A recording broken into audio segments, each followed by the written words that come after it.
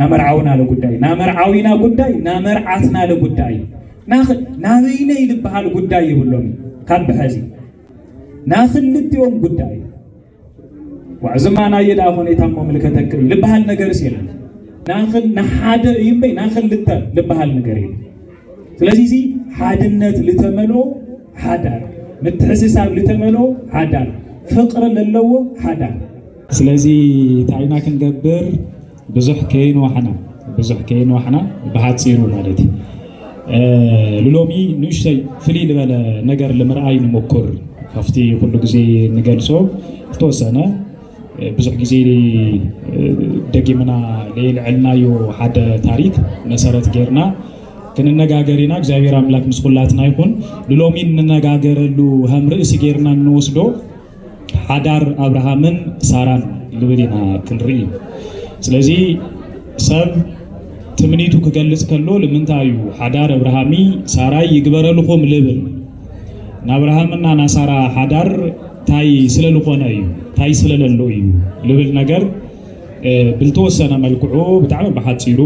ጥቅልል ዝበለ ነገር ልምርኣይ ክንምኩር ኢና እግዚአብሔር አምላክ ምስኩላትና ይሁን ነኻትኩም ዲኹም ወለድ ብድሕሪት ወለዲ ብድሕሪት ከባቢ በቃ ድምጽ ሓደ ግዜ ተተወብሉ ንሲከርታ ድምጽ ተተወብሉ እቲ ልመጽእ ሰብ ልስተናገድ ሰብ ብቻ ይስተናገድ ካሊ ግን እብለለዎ ኮፊሉ እቲ ናግዚአብሔር ቃል ብልተኻሉ መጠን ለመከታተል ይሞክር ልመርዑት ብቻ ከይኾነስ ለሁላትና ለምልከት ነገር ስለነጋገር ማለት ነው እሺ ሁሉ ጊዜ ታይ ንብል ሓዳር አብርሃሚ ሳራይ ይግበረልኩም ንብል ብልምድ ዲና ሓዳር አብርሃሚ ሳራይ ይግበረልኩም ንብል ወይ ናብርሃሚ ናሳራይ ሓዳር በአግባቡ ስለንፈልጦ ኢና ስለዚህ ለምንታይና ሓዳር አብርሃሚ ሳራይ ይግበረልኩም ንብል ከአብርሃም ከሳራ እንወስዶም ነገራት ታይ ስለለለው እዩ ልብሉ ነገራት ብልተወሰነ መልክዑ ኢና ክንሪ ልጠቅመና ነገር ምስዕለቱ ልኸት ነገር ማለት እዩ አብርሃሚ ሳራይ همت تفلتوهم ببيت كريستيان لمسجنو ولد يوم عبيت ولدي نا كريستوس زرعي مخنيات لخون ويم كريستوس لتجنيلو نا زرع حارق لخونات ولدي سم أبراهام كتوع كله سم سارة له يتوع له مالتي سم سارة كتوع كله سم أبراهام يتوع له مالتي أبراهام كتوع كله ليرسع نجارتاينيو كريستوس النيو أبراهام كتوع كله ليرسع نجارتاينيو بيت أيهود دجاجيمهم للعلو سم اتي مسيح اتي نبي كاو خمس ولد لآمنوا له لفلتوه سميو أبراهام لملكاتك كله أبراهام الناس هذا حدار فتسيمو هذي أوشت حدارهم سلالله قدائنا نملكت أبراهامي ساراي حدار فتسيمو حدار مسفت سموجن حدارهم سويل حدار بتشاي هون نيرو بزوح وسأورد نيرو بزوح قدائات نيرو سلازم بيت كريستيان كتمرق كنا حدار أبراهامي ساراي يكون لهم التولو مسارتها ومغنياتات سلس نجارات بتشالي عنا كنودينا تنامج مريا قداي أب أبراهامي أب ساراي وشتي عبي إمنت سلالنا برا حدارهم إمنت لتملؤ حدار يخون حدارهم هيمانوت للو حدار يخون لمبار بيت كريستيان حدار أبراهامي ساراي يخبر لهم إلى تمرق نابراهامنا ناسارا إمنت تايو أبراهام بإግዚአብሔር لآمن أيو بإግዚአብሔር بمؤمنو أو قدم إግዚአብሔር زرو كله حمل بارخلو كيدان لتعاتولو سبي بإمنتو كابزرو لولدو ملكت لتوها وسب بزرو عالم كدحن لغئل هذا زرئي قويتا يسوس كريستوس حمل ولد لتنقرلو سبي بمنتاي بإمنتو أبراهام إግዚአብሔር حمل ولو كله يقبر نيرو وصع كبهال كله يوصل تملس كبهال كله يملس نيرو جنا كاوري زفترة معرف عصرت اللي تجميرهم كتملكاتو كلهم كابكاران وزع كبهال كله كابكاران لا وزع تملكاتو أشي تميت دركي أو لخون له جزء ساعتي لا بجبسي خد يسدد جنا بجبسك سدد كله لا بجبسك عت كله جبسه كله ዘርእኻ ገብሮሚ ወይ ምልክት ገዛ አዛ መሬት እዚኣ ገብራየ ወይ ለለ በባኻ ትውልድ ሁሉ አሕዛብ ሁሉ ከባረኹ እዮም ላበለ ላብ ስደት ላኸደ ለባዕሉ እግዚአብሔር ይባርኮ ይምርቆ ይነሩ በእምነቱ ለተልዓለ ናግዚአብ ዘርእኻ ከባረኹ እዩ ላተባሃለሲ ውሉድ ግን የነበረ ይብላል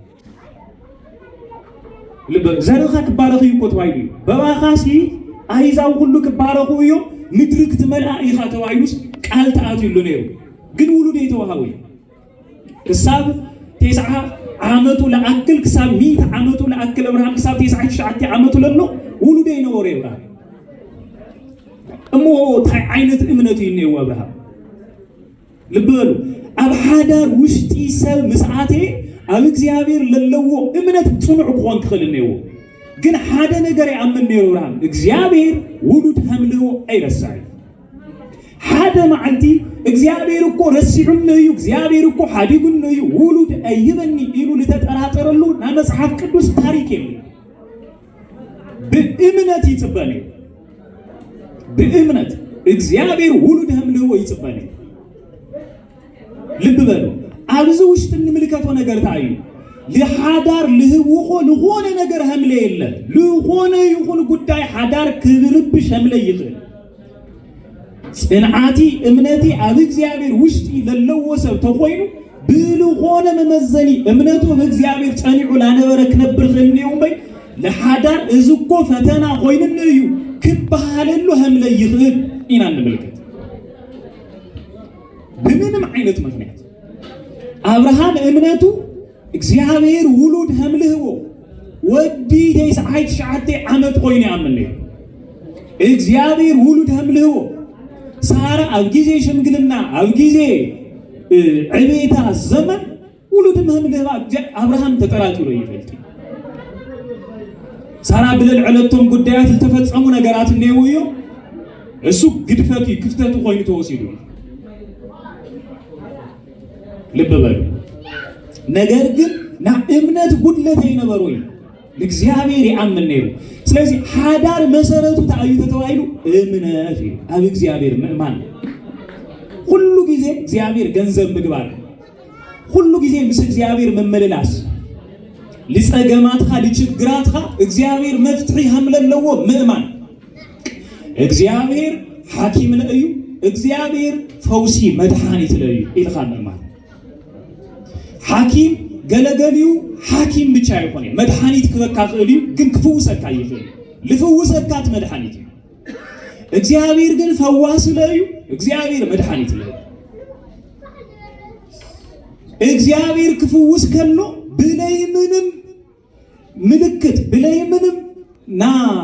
እክል ልብሃል ና ጥዕና እክል ልብሃል ወይ መኻሪ ነገር ልብሃል እዩ ልፍውስ ፍጹም ለሆነ ፈውሲ ምሕረት እዩ ግን ምጽባይ ይደልዩ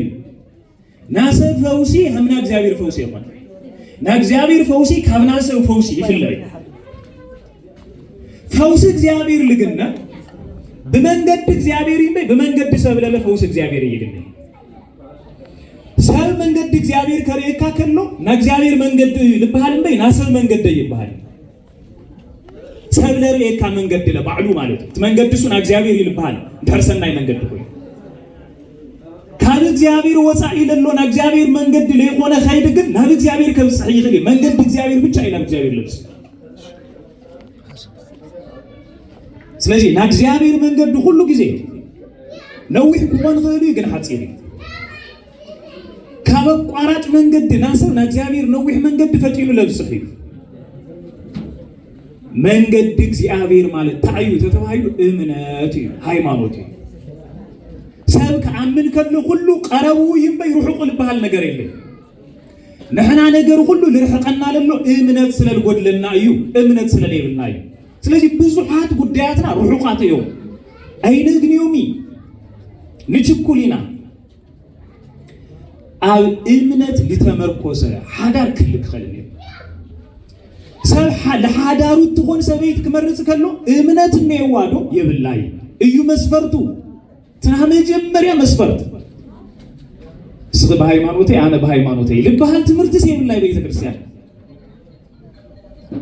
ሃይማኖታት አዩ እምነታት አዩ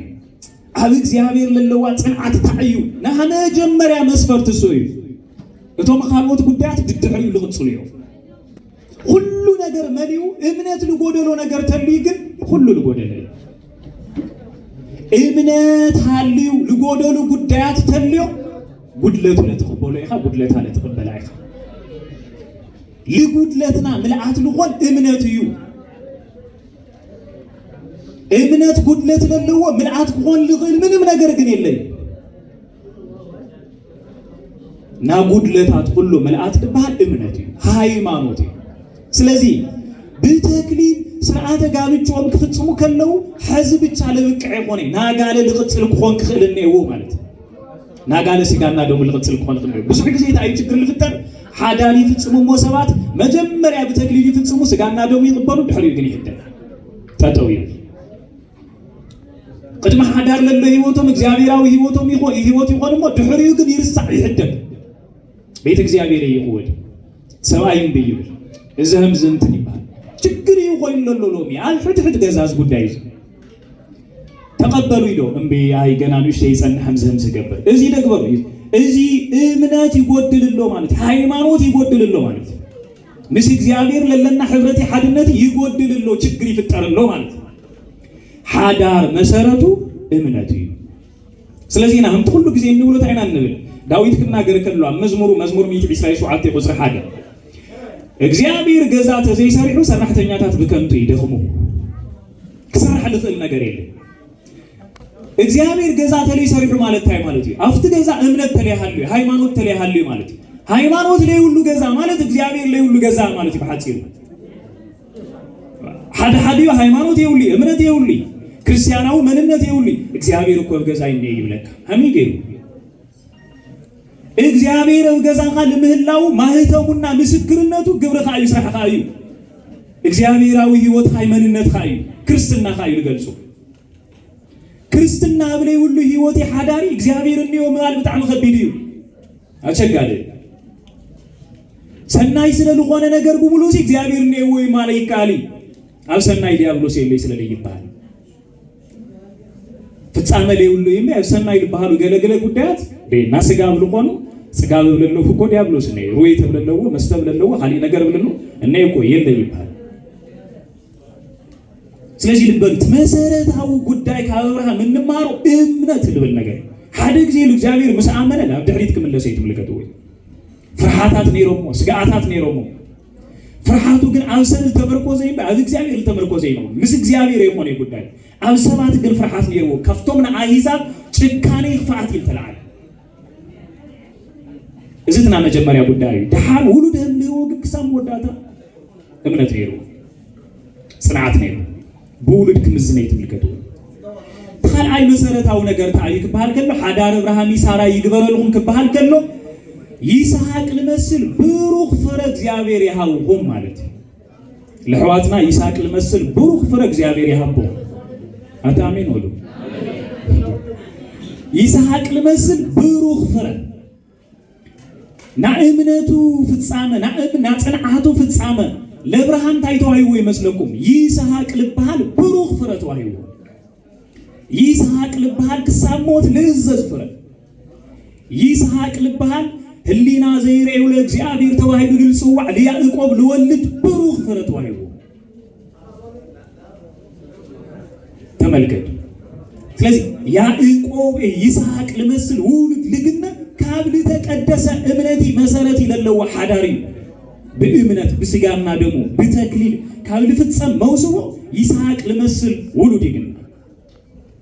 ውሉድ መሰረቱ ለክርስትና ምትብል ሐለፈም ደጋግመና እንነጋገረው ነበር ለክርስትና ውሉድ መሰረት በሓደ ውሉድ ምክንያት ዓለም ተወኸያ በሓደ በአብርሃም ምክንያት ዘርእኻ ሁሉ ክባርኸያ በሓደ በይስሐቅ ምክንያት ዘርእኻ ሁሉ ክባርኸያ hamል ተባሃለ ሁሉ በሓደ ቃኤል ምክንያት ዘርእ ክቦላሸ ተምልከቱ ወይ ሞት ክመጽእ ተምልከቱ ወይ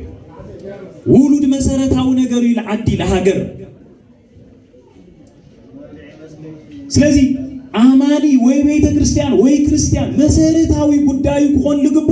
ምስ ወለደ ብዕድሉ ይዕበል ባል ትምርቴ ብላ ቤተ ክርስቲያን በአግባቡ ከዓብ ክኽልኔው ቅዱስ ውሉድ ክኾን ክኽልኔው ቤተ ክርስቲያኑ ለኽብር ሃይማኖቱ ገንዘብ ልገብር ውሉድ ክኾን ክኽልኔው የፍርህ እዩ እግዚአብሔራዊ መንነት ለሁሉ ውሉድ ከይግነለ የፍርህ እዩ ስለዚህ ናብርሃሚ ናይስ ናሳራይ ሓዳር እንብሎ ይስሐቅ ልመስል ፍረ ያውሁ ማለት ውሉድ ያውሁ ማለት ምስተወለደ ልክ ይስሐቅ መንነት ለለው ገይርኻ ኣብ ምዕባይ ዓብይ ግደነ ይዋታ ቤተ ክርስቲያን በቃ መውሱና ፈጽምና ብቻ ይሆነ ምስተወለደ ዝህፃን ሲ ይስሐቃዊ መንነት ክሎ ክኽልኔው ኢልኻ ምእማን እና በዚ ኮትኩትኻ ምዕባይ እዚ ትጽቢት ይግበር እዩ ካፍቶም ሓዳር ልፍጽሙ ሰባት ኣብ ሓዳር ውሽጢ ካብ ለለው ለወለድኹም ኣቦታት እኖታት ተመሳሳሊ ብልኾነ መልክዑ ውላድኹም ይስሐቅ ድዩ ልመስል ውላድኹም ቅዱስ ውሉድ ድዩ ውላድኹም ብሩኽ ድዩ ብሩኽ ልክኾን ቅዱስ ልክኾን ትንከባኸብዎ ዶ ትሕልውዎ ዶ ምስ ዓበየ የተባረኸ ምስ ዓበየ ህምስ ዓይነት ውላድ ሓደ ሓድዩ ውሉድ ልከየለወካ የመለየ ከቢድ አቸጋሪ ውሉድ ሁሉ ሰናይ የሆነ ሰናይ ውሉድ ነው የኻሊ ውሉድ ነው ይስሐቅ ልመስል ውሉድ የለኩም ወገናቴ ይስሐቅ ልመስል ውሉድነት ግን አብይ ሐላፍነት ነው የዋት ሓዳር አብይ ሐላፍነት ነው የዋት ቤተ ክርስቲያን እዚ ገንዘብ ብሎ ሳልሳይና ናመወዳታ ነገር ሓዳር አብርሃሚ ሳራ ይግበረልኩም ክበሃል ከሎ ታዩ ተተባሃለ بمكر تفتينو لحلف حدار يقبل لكم تفتينو لا يودق صنوع لخونه حدار يقبل لكم مالت صنوع حدار يقبل لكم مالت منيهم ديهم سالساي تايو لكم صنوع لخونه تاي حدار صنوع حدار نابراهامنا ناسارا حدار بتعمل تفتن حدار بتعمل تفتن حدار لبرو زفتره 10 تخلي تكتب لكم كلهم تميت خوينو درك خوينو سي ካፍቱ ለለው ሀገር ወጪስ ላብ ግብጽ ተሰደደ አብርሃም ላብ ግብጽ ምስተሰደደ አብ ግብጽ ነጊሱ ለነበረ ፈርዖን ለአብርሃም ከቀበሎም ቅድም ምንጹ ሓደ ጉዳይ ይመስል ሊሳራሲ ቶም ግብጻውያን ተመልኪቶማ ነይኹም ዲኹም ራዩ አረቤዛሁም ስቆሉ ብድሕሪት ለለኹም ስቆሉ አብርሃም ላብ ግብጽ ኸይዱ ላብ ግብጽ ክኸድ ከሎት መጽሐፍ ቅዱስ አንብቦ ሞት አይል ይመስለኩም ከባርከካ አየ ከቅድሰካ አየ ምድሩ ሁሉ ክትመላአይኻ ላበለ ይሰዲድዎ እሺ ኢሉስ እቱ መስበለ ግብጻውያን ለሳራ ተመልኪቶም ሳራ በጣም መልክዕት ነይራ በጣም ቆንጆ ነይራ ድሓር መልክዓ ምስላይዋ ቶም ህዝብ ታይማል ጀሚሮ መስልኩም እዚአስ ለዝንጉስ ክትኾን ክትኸልነይዋ ማል ጀሚሮ ለማን ለሳራ ሳራ ሰበይት መንያ ሰበይት አብርሃም ግብጻውያን ግን ታይሎም አይ ሳራ ወሲድና ልትንጉስ ነሃፋ በቃ እዚ አትመስል መልክዕት ሰበይቲ ለማንም ክትኾነ ይባል ለዓለም ኮ ይኾን ይተመነየማ ልትንጉስ ተመነየማ መልክዓ እንደ ላክል ጽቡቅ መልክዓ ምንነበረዩ ለመላክተኩም እዚ ወምቲ ቀደምስ ንሰምዖ ቦረ ወይ በታሪክ ነንቦ ጽቡቅት መልክዕ ለለዋ ሰበይት ተልያስ ተዓልሻ ልትንጉስ ትኾን ትባሃል ሀቦዝ አይነቱ ማለት ነው ወይም ለለም ዘይ አብና አርሴማ ታሪክ እንደግሪው ዘ አይነቱ በታሪክ ደረጃ ላይ ለለም እዚ ሀሙ ይባል ሐዝል ሳራ ለለም ተባይላ መልክዓታ ተባይላ ልትንጉስ ተባሃል ዳሐር አብርሃም ታይላ መስልኩም ገና ያትለቆ እግዚአብሔር ላነገሮ ጾንሕ እዩ ባራ ፊሃ ዘኻም ሰኻይ ላውለ ጾንሕ እዩ አብርሃም ግን ፈሪሁ አይ እግዚአብሔር ለለው እምነት የተጠራጠረ ግን ታይፍሪሁ መስልኩም እዞም ህዝብ እዚኦም حماقات هزوي بسرو أين حسيو لي كتفون اليوم بآخر مخنيات تلعالة لأيه كتفون اليوم سلازي لوا بيزاخي لا وزعدو سكنا أتكلنا سب أيه يكيتل حاوي يفتل أنا لينا حفت أيه أيكم كيتل عني لوا كتلهم آتيهم حاوي إلا حفت أيه أيلو وزيدوا أفرون ልበል እግዚአብሔር ምስአቶም ስለነበረ ግን ኣብ ሓዳሩም እግዚአብሔር ለነገሰሉ ሓዳር ስለነበረ ግን ታይተገይሩ ይመስለኩም ኣብ ቤት ፈርዖን ኣብ እስራኤላውያን እግዚአብሔር ዓብይ መቅሰፍት ተምጽኡ ፈርዖን ልቶም ሰባት ጸዊዕ ንዑን ጠልጢልኩም ውሰዱ ለይዛ ሰበይቲ እዚኣ ለአብርሃም ታይ ምዃኑ ጻሪ ለይሉ إذا سميت زي أتايخات حفتخ لهالوتسي لمن تاي همزي غيرها توقع عنهم كابت زيابير معات تمسأل ليتوهي دحار إبراهام أنا ما فريحة تهزب لتملكي تايو أي محرني عرماوي هزب إيو إيلا بزي إلو مخان إيو ملسوا له توهيدو تملس تاي مالتي إبراهامي ناساراي حدار يقبر لكم مالتي تفتينو لحلف حدار يقبروا مالتي سارة لبرو ابنتها تملكتو أبراهام دخايو أرشيه ولو انتني ولو تاني ولو لعل ستسينو لابس تسديدو ما تينيو وبيت نقوسي عاتين اللغة أنا بعلها في الطليل أي بلدي سارة بيت نقوس فرون لأكل بيتنا بمنجست عاتيا سارة لإبراهام يكحدد بين همزة عينة من النت لله من الوقت لنا جمر يعزيك تكون التغل سارة همز لخون ده يمسلكو لبيت منجست عاتيا لو نقوس عاتيا لحشة لبلع لحشة لستة لحشة سلطان كل هفتي نبرتينا على خويلوسي تحرت مليسا بتغنيت مغنيات لا تسددت له لا سو عياس تمليسا لتخد يمسلكو سارة لا فرعون تخد كلا تمسكن قويتاي معلي ريخاني يبلدي حزنا سلم تملكت እግዚአብሔር ፍቶም ህዝብ ሳቶም መቅዘብት ለለለ አብ ዘመናት ለሆነ ግን ከቢዲ በወድለ በጓለ ማለት ነው በወድለ በጓለ ባባ ተገላጊለያ እዩክ ባህል ነው ናንኩ ሰበይት ይሆን ለሆነ ናንግስት ሰብአይ ይሆን ለሆነ ካብ ህዚ እንደውም ታሪክ ይለው ጽኻ ከይተናገር እንደ ህምዝክ ገብረል ኻየ ንስማዕ ማዕዩክ ባህል ነው ሳራ ተመልከቱ እምነታ همز عينت حدارس يقبر الغم بهافتي بنبرة تفتينو الحلف حدار يقبر الغم بمنم تعمر كفتن ليغير حدار يقبر الغم مالتي بقرشي ليفتن حدار بهافت ليفتن حدار بسلطان ليفتن حدار بسأقم ليفتن حدار بسدت ليفتن حدار تفتينو لحلف حدار كل جزء صنع لغون حدار يقبر الغم لكتل بيت كريستيان هم ابراهامي هم سارة يقبر الغم لجرمكم إذا تاريخ زي هذا جزء بتشار قوي يتفتيمه خال عايت دقيمه إيه أوزل فترة عيسى لاب جيرارا مسخد حزم تمساس على خال عاي جزء أبراهام تسديده بترمية مغنيات لاب جيرارا تسديده ليه تسديده جيرارا مساعته أبي ميلك لبهال نقصيه جنيه أبي ميلك كيوانه بي بي ميلك خالي أبزي على اللوتي بي أبي ملك لبان بسوا تحرتها يجبر يمسلكوا يا أتمو تنسى سالي تقدم حزم لدجما نجر متيا سارة حزم لو سعدسك نأتكلنا بيزا خمتنا قدم حزينا نجبر لنا بي بزم ما خبيني بك أجزاء يوصل عكسر الحين شكري يبلغي حاول يختم لي أنا لحفته ياك ولي إنه حزم لدجي موبرا خيدو أبي ملك ريوا فوتيوا تايخايا يطيقوا حفتي تايخيو حوي سلازي زي عسبيتي تكون ترايلا سبيتو غيروا لو على وسيدوا مسوسدا أفتال توسدت الله جزي ساعتي ليتسا እግዚአብሔር برائي لأبي ملك قسيتو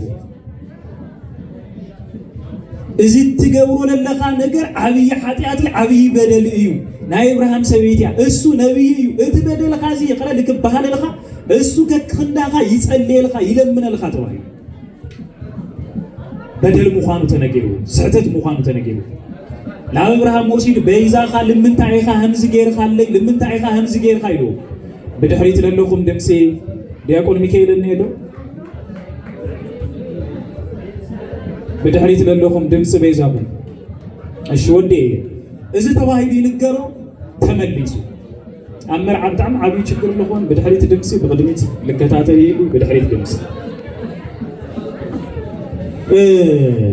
تمليسو متيو دحر أبي ملك متيو يكرتا طيقو بوتا سفراهي هو منوب مسفر لكم سفراهي لا إبراهيم سارة تمليسو أب كل خيدي أفتتنا أرثاتو كل እግዚአብሔር ነው حزم ተመሳሳሊ በአቢ ሚሊክም አይተሸወደቲ ሳራ መጀመሪያ ያልተሸወድኩ ወይ አክለኒ ካልኣይማ ኣይታለለ ይበለት መጀመሪያ همز ኮይኑ ከዝለለ ካው ወፂ ደህና ክንቆኒና ኢለ ተስፋ ምስ ቆረጽኩ ተስፋ ምስ ገበርኩ ተመሊስና ለዓድና ምስ ተመለስና ለለሐዝ ካልኣይ ስደት ይፍስደለሎ እዝማ ክድገሜው ሁሉ ይላል ኣብ ዘመን ርግናም ቆይ ጓል እሱ አብርሃም እኮ 5 ዓመት ከባቢ ለለው ዘመን ይዚ መጀመሪያ ታሪክ ይነግረኩም ለለው حزي كيدان مستعاتولي تولدي خا ازك تكبري خا توايلو كيدان مستعاتولي ካልኣይ ዝልፍጸም ለሎ ስለዚህ በመንጽርዚ ተፈቲኖም ግን ለሐለፉ ሰዋት ኮይኖም ተግኒው ተፈቲኖም ለሐለፉ ሰዋት ለተሻገሩ ሰዋት ስለዚህ ሓዳር አብርሃም ይሳራ ይግበረልኩም ማለት ተደጋገመው እኮ ፈተናታት ተመጸ ለተደጋገመ ችግራት ተመጸ ለተደጋገመ ለሆነ ጉዳያት ተመጽዩ ልሻገር ለሐልፍ ጽንዓት ለለው ሓዳር ያሃብኩም ማለት ለሁላትና እግዚአብሔር አምላክ መወዳታ ለለው ሓዳር ያሃበና